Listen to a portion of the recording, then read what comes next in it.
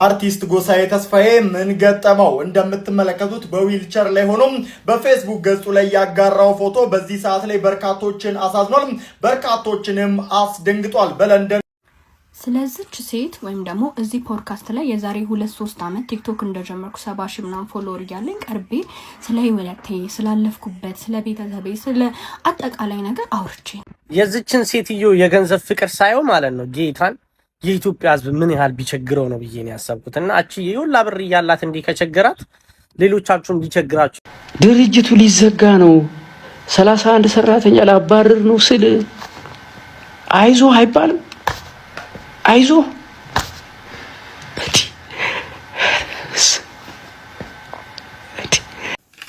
ሰላም እንዴት ናችሁ የተወደዳችሁ ተመልካቾቼ ዛሬም እንግዲህ እንደተለመደው ለእናንተ ይሆናሉ ብዬ ያሰብኳቸውን ወቅታዊና አነጋጋሪ የሆኑ ቪዲዮዎች ይዤላችሁ መጥቻለሁ። እስከ ቪዲዮዎቹ የመጨረሻ ድረስ አብራችሁን እንድትቆዩ ከወዲህ ጋብዛለሁ። ለዚህ ቻናል አዲስ ሆናችሁ ሰብስክራይብ እያደረጋችሁ ቤተሰብ ሁኑ።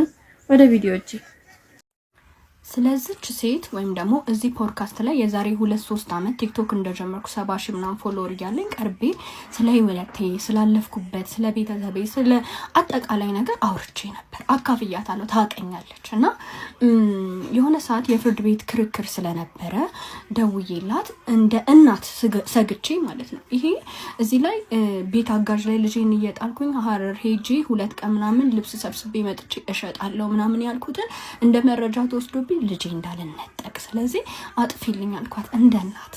ከዛ ኦኬ ምናምን ብላ አጠፋች። አሁን በተፈጠረው እንደ አዲስ ሄዳ ቲክቶክ ላይ ቲክቶክ ላይ እየቆራረጠች ፖስት አደረገች። ፖስት ማድረጉ አይደለም ዩቲዩብ ላይ ማደርጋለች። የነገርኳትን ሊያስነጥቀኝ ይችላል ያልኳትን ሪዝን ሰራተኛ ላይ እየጣልኩኝ ልጄን ይሄድ ነበር እነግዳለሁ ምናምን ብላ እሱን በቃል አጋኖ ጽፋ ይሄው አስቀምጥላችኋለሁ ፖስት አደረገችው። ልንገርሽ እግዚአብሔር ይመስገን ክቡር ፍርድ ቤቱ እኔ እናትነቴን አምኖበት እኔ ጋር እንደሚበድ አምኖበት በሁሉ አቅጣጫ አይቶ እኔ ጋር ያለምንም ክርክር ነው የተወሰነልኝ። ሲቀጥል ግን ማለት ነው ሰራተኛ ላይ ወይ የቤት አጋዥ ላይ ልጅን መተው የተለያዩ ሀገራት እየሄዱ የልጅን ህይወት የራስን ህይወት ለማሸነፍ መስራት እንዲሁም ደግሞ ቀን ከሌት ሰርቶ ህይወት መለወጥ ወንጀል አይደለም፣ ጀግንነት ነው ለማንኛውም እናት ማለት ነው። አንቺ የ5 ልጆች እናት ሆነሽ የኔ አንድ ልጅ የሆነ ነገሬ በራሴ ጥፋት ተነካብኝ ብለሽ ለማስነጠቅ ይሄንን ርቀት መሄድ አላቅም ህሊናሽ ምን እንደሚወቅስሽ። ግን ደግሞ ይሄ የለቀቀችው ዩቲዩብ ማለት ነው ብዙዎቻችሁን ያስተምራል። በምን አይነት መንገድ አልፌ ደግሞ እግዚአብሔር ምን ያህል ረጂ አምላክ እንደሆነ እንድታዩ ሄዳችሁ እዩላት። በደንብ ልቀቂው። አንቺም አመሰግንሻለሁ። እግዚአብሔር ይባርክሽ፣ ልጆችሽን ይጠብቅልሽ። ገነት ምሽቱን ማለት ነው አንድ ጥያቄ ልጠይቅሽ። ይሄ ሁሉ ሩጫ ምን ለማድረግ ነው? ለሷ እንደውም ጆሮ ጌጥ ያስፈልጋትም ጋር ስላውልቀው ይሁን። ዛሬ እያወራን ያለነው ቶፒክ ጆሮ ጌጥ ራሱ ያስፈልገው ይሁን። ናይለ ሆስኮስ ምሽሽ የምን አባቱ መዘነጠ ነው። ለነዚህ ጋይስ እርድ ተቀብተ ቀሲል ተቀብተ ነው የምታወራው። እንደውም ሺታሞቹላ እንዴ ቆይ ገነት ምሽቱ ማለት ነው ይሄ ሁሉ ሩጫ ለምንድን ማለት ምን ልታረጊበት ነው ብሩ? ልጆችሽ የራሳቸው ዩቲዩብ አላቸው። ሁሉ ማሬ ፋሚሊ፣ ጂኒ ፋሚሊ፣ ቡቱ ፋሚሊ፣ ሰይጣን ፋሚሊ፣ ቁሌታን ፋሚሊ ሁሉም የየራሳቸውን አንቺ እንኳን በነፍስ ወከፍ 3 ዩቲዩቦች አሉሽ። ዩቲዩብሽ ሃክ ሳይደረግ ዩቲዩብ ሃክ ተደርጓል ብለሽ ሌላ ዩቲዩብ ሰብስክራይብ ስታስደርጊ ነበር። ተመልሰሽ ደግሞ ተመለሰልኝ አልሽ። ምን አገባንኛ? ይሄ ያው ሚዲያ ፊገር የሚያገኙበት መንገድ ነው። ምን አገባን? ግን በዛ የተነሳ 3 ዩቲዩቦች አሉሽ። ልጅሽ አለው ስወጣጠር ይሁን ይላል፣ ስነጣጠር ይላል። ያቺኛው ትመጣለች ስመረቅ ትላለች። ያኛውስ ለጫማ የጠፋ ይላል ይመጣል። ያኛውስ ፓንቴ ተቀደደ ይላል። በቃ በእንደዚህ ነው የምትተዳደሩት ማለት። ልጆቹም የራሳቸው ዩቲዩብ አላቸው፣ አንቺም የራስሽ አለሽ። ለምን ነው ታዲያ እንደዚህ መስገብገቡ ያስፈልገው? ምን ልትኖሪበት? ሁሉም ሰው እንግዲህ የየራሱ የሆነ ድክመት አለበት ብዬ አስባለሁና ያንን ተጠቅሞ ደግሞ ያንን ሰው ለመጣል መሞከር ጥሩ ነው ብዬ አላስብም። እንደውም እንደ ታላቅነቷ በመክራት ጥሩ ነው ብዬ አስባለሁ። ሌሎችም እንግዲህ የየራሳቸውን አስተያየት ሰጥተዋል። እናንተስ ምን ታስባላችሁ? ኮሜንት ላይ አሳውቁ። አርቲስት ጎሳዬ ተስፋዬ ምን ገጠመው? እንደምትመለከቱት በዊልቸር ላይ ሆኖ በፌስቡክ ገጹ ላይ ያጋራው ፎቶ በዚህ ሰዓት ላይ በርካቶችን አሳዝኗል፣ በርካቶችንም አስደንግጧል። በለንደን ቆይታ ያደረገው ድምፃዊ ጎሳዬ ተስፋዬ በብዙዎች ዘንድ የሚወደድ ድምፃዊ ሲሆን አሁን ላይ ታዲያ ታመሜ ወደ ሀገሬ ገባው ሲል መልእክቱን አስተላልፏል። ህመሙ ምን እንደሆነ ያልገለጸው ጎሳዬ ተስፋዬ ታመሜ ገባው ስለሁሉ ግን እግዚአብሔር ይመስገን ሲል ይህንን ፎቶ አጋርቷል። ወደ ጤና እንድትመለስ መልካም ምኞቴን እገልጻለሁ። እግዚአብሔር ይማረ በሉት። በጣም ያሳዝናል። እንግዲህ ፈጣሪ ጨርሶ ይማረው። ኮሜዲያን እሸቱ ምንድነው ያጋጠመው? ተወዳጁ ኮሜዲያን እሸቱ መለሰ በአሁኑ ሰዓት እንግዲህ በሚዲያ ታሪኩ እጅግ ከባዱ ምዕራፍ ላይ መድረሱን አስታውቋል። አሁን ይህንን ሳወራ ፈገግ ለማለት ብሞክርም ውስጤ ግን በታላቅ ጭንቀት ውስጥ ይገኛልም ብሏል። እሸቱ እንዳለውም ዶንኪቲ በገጠመው ከባድ የኢኮኖሚ ቀውስ ምክንያት በርካታ ሰራተኞችን ከስራ ቢያሰናብትም አሁን የቀሩትን 46 ሰራተኞችም ይዞ መቀጠል ባለመቻሉም ቀሪዎቹን ሰራተኞች ለማሰናበት ከጫፍ መድረሱንም አስታውቋል። እሸቱ አክሎም እናም ዶንኪቲዩብን እዚህ ያደረሳችሁት እናንተ ናችሁ። ታዲያ ዛሬም የመጨረሻው ጥያቄ አንድ ነው። በዚህ አስቸጋሪ ሰዓት ከጎናችን አላችሁ ወይ በማለት ኮሜዲያን እሸቱ በተማጽኖ ጠይቋል። ድርጅቱ ሊዘጋ ነው፣ 31 ሰራተኛ ላባረር ነው ስል አይዞ አይባልም? አይዞ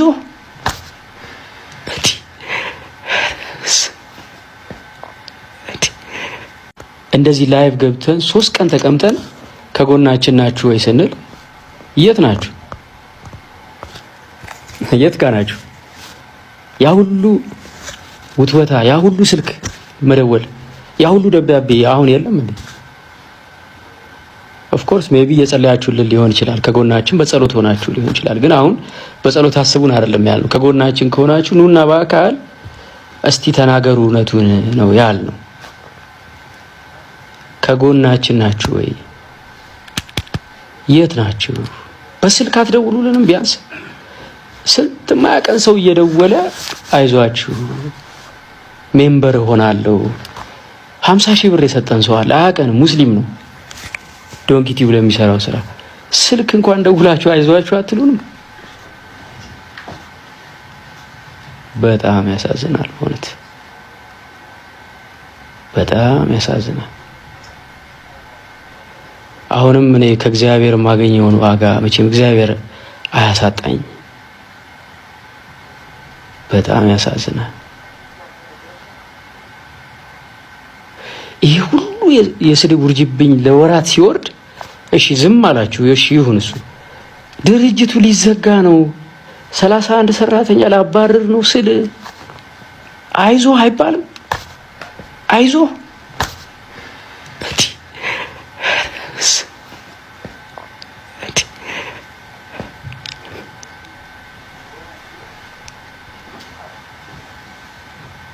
ችግር የለውም 31 ሰራተኛ ቢባረር ማለት ነው የእናንተ ስለተሰራ ይብቃኝ። ለማንኛውም ሌላ ነገር ውስጥ አልግባ። በጣም ያሳዝናል። እንግዲህ ኮሜዲያን እሸቱ በሰራው ቪዲዮ ላይ 31 የሚሆኑ ሰራተኞችን ለማሰናበት እንደተገደደ እና የቀሩትን 46 ሰራተኞችንም አሁን ላይ ባለው ሁኔታ ሊቀጥሉ ከባድ ሁኔታ ላይ እንዳሉ ገልጿል። እና እንግዲህ በዚህም የተነሳ የተለያዩ የድጋፍ ቪዲዮዎች ተሰርተዋል። እስኪ እነሱ ቪዲዮዎች ደግሞ አንድ ላይ አይተን ተመልሰን እንገናኝ። መራር እውነት ለአንዳንዶች የማይዋጥ ለብዙዎቻችን ደግሞ እውነት የሆነ ኮሜዲያን እሸቱ መለሰ ወደድንም ጠላንም አሁን ባለንበት ዘመን ላይ ለቤተ ክርስቲያን በለው ለገዳማት በለው ለተቸገሩ እናት አባቶች በለው ተቋማት በል አልፎ ተርፎ ደግሞ የእስልምና እምነት ተከታይ ለሆኑ እህት ወንድሞቻችን መስጊድ ማሰራት በለው ያልገባበት ያልተሳተፈበት በጎ ስራ የለም። ኦኬ እኛ ኦርቶዶክሳውያን ስፔሻሊ እያለን እኛ ኢትዮጵያውያን እያለን ደግሞ ዶንኪቲዩብ በጭራሽ አይዘጋም። ዶንኪቲዩብ ተዘጋ ማለት እጅግ በጣም ብዙ ሉዝ የምናረጋቸው ነገሮች አሉ። እሱ ሉዝ ከሚያደርገው በላይ እኛ ነን የምንጎዳው። ዶንኪቲዩብ የእሸቱ መለሰ ብቻ አይደለም የሁላችንም ነው። ይሄ ልጅ ምንም አይነት የገንዘብ ፍላጎት እንደሌለው እንኳን እኛ ኳታር ላይ ያለን ምዕመናን ጠንቅቀን እናውቃለን። እኔ በጆሮዬ ቆሜ ሰምቻለሁ። የኳታር ዶሃ ጽርሐ አርያም ቅድስት ስላሴ ቤተክርስቲያን ገንዘብ ሊያሰባስብ መጥቶ እንዳጋጣሚ ሆኖ እኔ እዛ ላይ ስልክ የማንሳት ስራ እሰራ ነበር። ስልክ የመቀበል ስራ ማለት ነው። አግዝ ነበር እንደዛ። የመጨረሻው ቀን ላይ እሸቱ ኦፈር የተደረገውን ገንዘብ እኔ ቁጥሩን አልነግራችሁም። ማን ፈቅዶላችሁ ነው ለቤተ ክርስቲያን ከሰበሰብኩት ገንዘብ ላይ ለኔ ለመስጠት ማን የፈቀደላችሁ ነው ያለው። ማንም ሰው በዛ ቁጥር በዶላር ሊያው ገንዘብ ተጠርቶለት ትቶ የሚሄድ የለም። እሸቱ ማለት እንደዚህ አይነት ልጅ ነው። ኦኬ ያ አሁን ደግሞ ዶንኪ ቲዩብ ያለበትን ሁኔታ እሸቱ የለቀቀው ቪዲዮ ላይ በደንብ አድርጋችሁ አይታችኋል። እኔ እጅግ በጣም ነው ያዘንኩትኝ። ይሄ ጥሪ ከኢትዮጵያውያን ባለፈ ቀይ መስመር ተሰምሮበት ለኦርቶዶክሳውያን ነው። በጣም ለናንተ በመላው ዓለም የምትኖሩ ኦርቶዶክሳውያን ስፔሻሊ ከሀገር ውጭ ያላችሁ የእሸቱ ዩቲዩብ ላይ ሜምበር የሆናችሁ ሜምበርሺፕ እያደረጋችሁ እንደገና በተቀመጠው አካውንት እያገዛችሁት፣ ምክንያቱም እሱ ለኛ ሆኖልናልና ኦኬ እያገዛችሁት ስፖንሰር መሆን የምትፈልጉ በመላው ዓለም የምትኖሩ በውጭ ዓለም ማለት ነው ባለሀብቶች፣ የካምፓኒ ባለቤቶች፣ ባለሱቅ ልትሆኑ ትችላላችሁ። በማንኛውም ስራ ላይ የተሰማራችሁ የኮሜዲያን እሸቱ መለሰ ዩቲዩብ ላይ ስፖንሰር ማድረግ የምትፈልጉ ሰዎች በሙሉ ኮንታክት አድርጉት፣ ሁላችሁም ማለት ነው። በእውነት በጣም ስሜታዊ ሆኛለሁኝ። በዚህ ደረጃ ለሰው ሲደርስ ሲያግዝ ቤተክርስቲያን፣ ገዳማት፣ መስጊዶች ሲያሰራ የነበረ የተዘጉ ገዳማትን አስከፍቶ አገልግሎት ላይ እንዲውሉ ያደረገ ወንድም በዚህ ደረጃ ወጥቶ እንዲህ አይነት ቪዲዮ ሲሰራ እንደማየት የሚያም ነገር የለም። በእውነት ነው የምላችሁ። በተለይ ለኛ ለኦርቶዶክሳውያን ትልቅ ነገር ነው የምናጣው። ስለዚህ ሁላችሁም የገባችሁ ሜምበርሺፕ ሁኑ፣ ደግፉት። አካውንትም አለ። ኦኬ ሁላችሁም ማለት ነው። ስፔሻሊ ስፖንሰር መሆን የምትችሉ እህት ወንድሞቻችን እንደው ስለ መድኃኒዓለም እግዚአብሔርን እኔ ለእሸቱ የእመቤታችንን የእግዚአብሔርን ስም ጠርቼው ሁላ ብለምናችሁ ምንም ነው የማይመስለኝ ማለት ነው። በእውነት ምንም አይመስለኝም።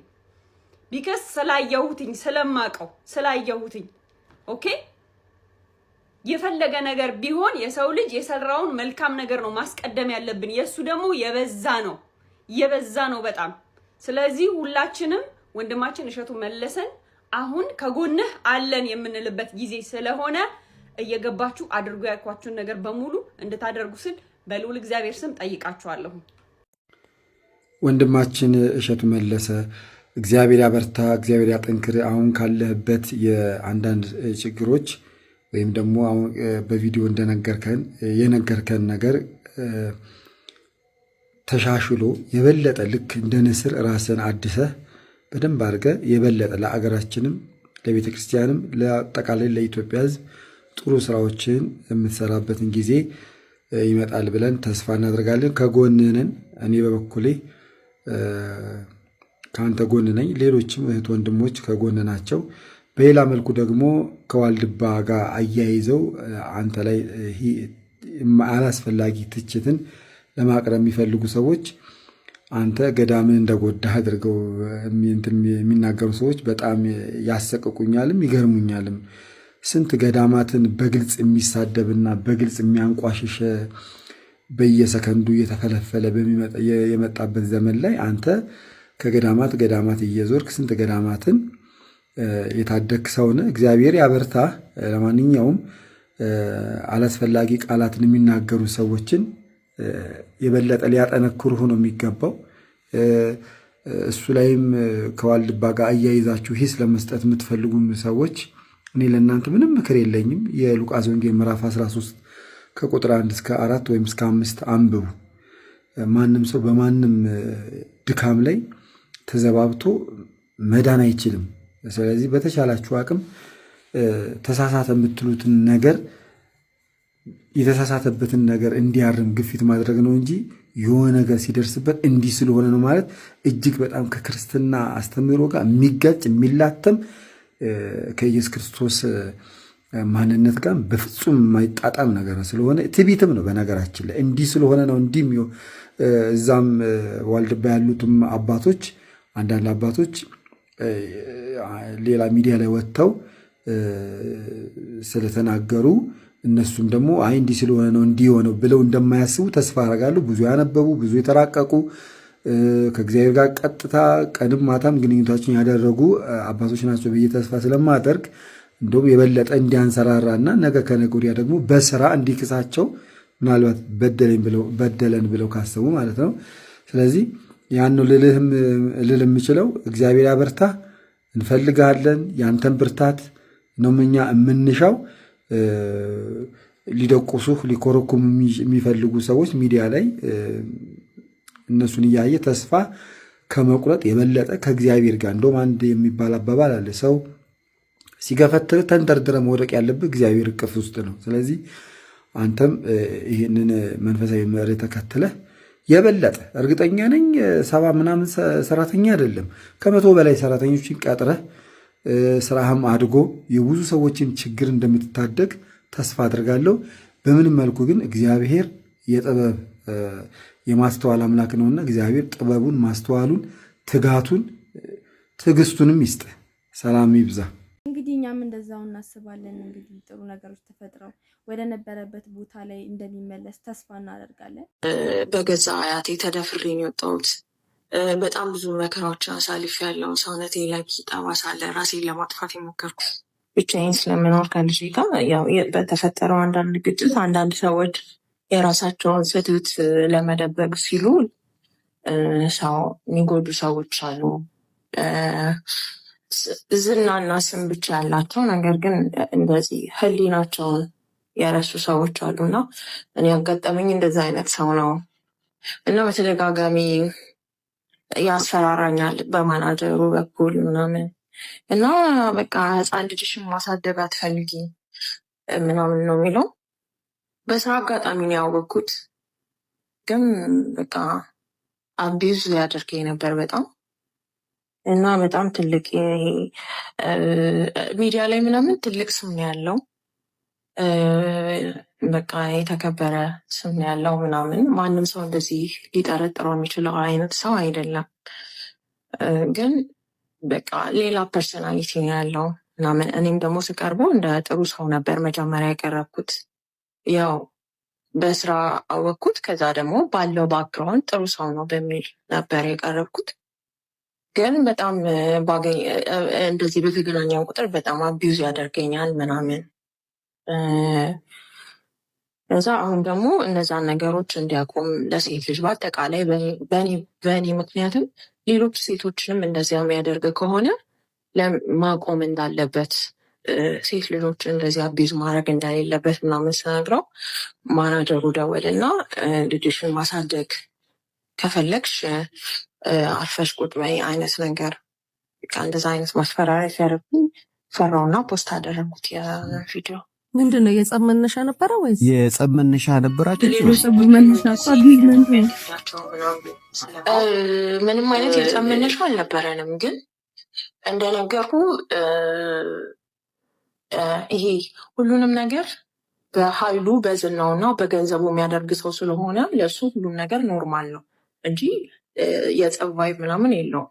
ግን ሌሎች ሴቶችንም እንደዚህ እንደሚያገኛቸው ምናምን ስለማወቅ ይህን ነገር ማቆም አለብህ እና አንተ በቃ እንደ ስምህ አይደለህም፣ ሕሊናህን የሸጥክ ሰው ነህ ምናምን በቃ እንደዚህ አይነት ነገር ተናገርኩት በአጋጣሚ ስናወራ ማለት ነው። እና እኔም ስቀርብ ለመጀመሪያ ጊዜ በቃ ጥሩ ሰው መስለኝ ነበር ምናምን፣ ግን በተቃራኒ ነው ምናምን ነገር እና ስለ ሌሎች ሴቶች አይመለከትሽም፣ ግን አንቺ መኖር ከፈለግሽ እችን ትንሽ የጻልሽ ማሳደግ ከፈለግሽ አርፈሽ መቀመጥ አለብሽ ምናምን አይነት ነገር እና በተገናኘን ጊዜ ደግሞ ሳልፈልግ እንደ መድፈር ሙከራውን አድርጎብኝ ነበረ እና በትግል ምናምን ነው ከላይ ላይ ያነሳሁት እና ያንን ነገር ምናምን አንስቼበት ነበረ። የዛኔም ሳገኝክ ምንም ነገር ማድረግ እንደማልፈልግ እየነገርኩ እንደዛ ስትታገለኝ ነበረ እና ሽንቴን በጥሮኛል ምናምን ነገር እያልኩት ምናምን ነገር ሂጂና የፈለግሽበት ሽኝ ምናምን እና በጣም ትልቅ ስም ያለው ሰው ነው። እና ምን ያህል ሴቶችን እንደዚህ አቢዩዝ አድርገሃቸዋል? ምን ያህል ሴቶች አምናውክ በእንደዚህ አይነት መንገድ አልፈዋል ምናምን እና አሁን ራሱ ይህን ፖስት ያደረጉትኝ እኔ ማለት ሚዲያ ላይ ያውቃሉ፣ ቲክቶክ ላይ ብዙ ሰዎች ያውቃሉ። የመጣሁበት መንገድ ቲቪ ላይ ምናምን ሆስት አደርግ ነበረ፣ መቄዶንያ ሰራ ነበር እና በሰርባቸው አጋጣሚዎች በሙሉ አቢዩዝ ስደረግ ነው የኖርኩት ህይወቴ ሙሉ እና የሆነ ስራ ጀምራለሁኝ እዛ የስራ መንገዴ ላይ በቃ እንደዚህ አይነት ነገር ያጋጥመኛል ምናምን ከዛ አልፈዋለሁ ምናምን እና በቃ ይሄ ሴት መሆኔ እስከሚያስጠላኝ ድረስ ምናምን ለምን እና በቃ የሆነ ይሄ ሰሞን እንደውም በቃ ሳለቅስ ነበረ እና በቃ በእንደዚህ አይነት መንገድ ደግሞ ትፈራለህ። አንዳንዴ ሴቶች እንደዚህ ተደረጉ እንደዚህ ሆኑ ምናምን ሲባል ሚዲያ ላይ ትሰማለህ። ወጥተህም እንዳትጋፈጠውም ትፈራለህ ምናምን። ልጅም አለችኝ በቃ እንደ ሴት በጣም የፈራሁበት ሳምንት ነበረ። በገዛ አያቴ ተደፍሬ ነው የወጣሁት። በጣም ብዙ መከራዎች አሳልፌያለሁ። ሰውነቴ ላይ ብዙ ጠባሳ አለ። ራሴን ለማጥፋት የሞከርኩባቸው ጊዜያቶች ነበሩ። ዩኒቨርሲቲ ተመርቄያለሁ በኢንጂነሪንግ ምናምን ሲል በቃ ይሄ ወንድ በሚባል ነገር እርሊ ነው በገዛ አያትሽ ማለት በገዛ አያትሽ አዎ እንደዛ እንትን ብሎብኛል። በልጅነት ነው የወጣሁት። ብቻ ምን ማለት ወደ ብዙ ነገር ነው ያሳለፍኩት። ሴፎ በወንድ ብዙ ተፈትኛለሁ ስል ነው የሚያበቃው። 29 ዓመት እስኪሞላኝ በወንድ ብዙ ነው የተፈተንኩት። ብዙ ያውቀው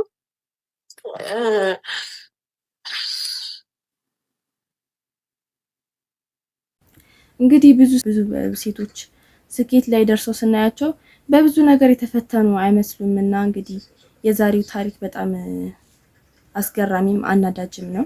ይሄ ቪዲዮም የሚያሳየው በሴቶች ዙሪያ እኛ ሀገር ላይ በጣም መሰራት አለ እንድናስብ ያደርገናል ብዬ አስባለሁ። እናንተስ ምን ታስባላችሁ? ሀሳባችሁን ኮሜንት ላይ አሳውቁ። እንግዲህ ለዛሬ የነበሩኝ መረጃዎች እነዚህን ይመስሉ ነበር። በቀጣይ በሌላ አዳዲስ መረጃዎች እስከምንገናኝ ድረስ ሰብስክራይብ እያደረጋችሁ ቻናሌን የተቀላቀላችሁ ላይክ እያደረጋችሁ ቤተሰብ ሆኑኝ። መልካም ጊዜ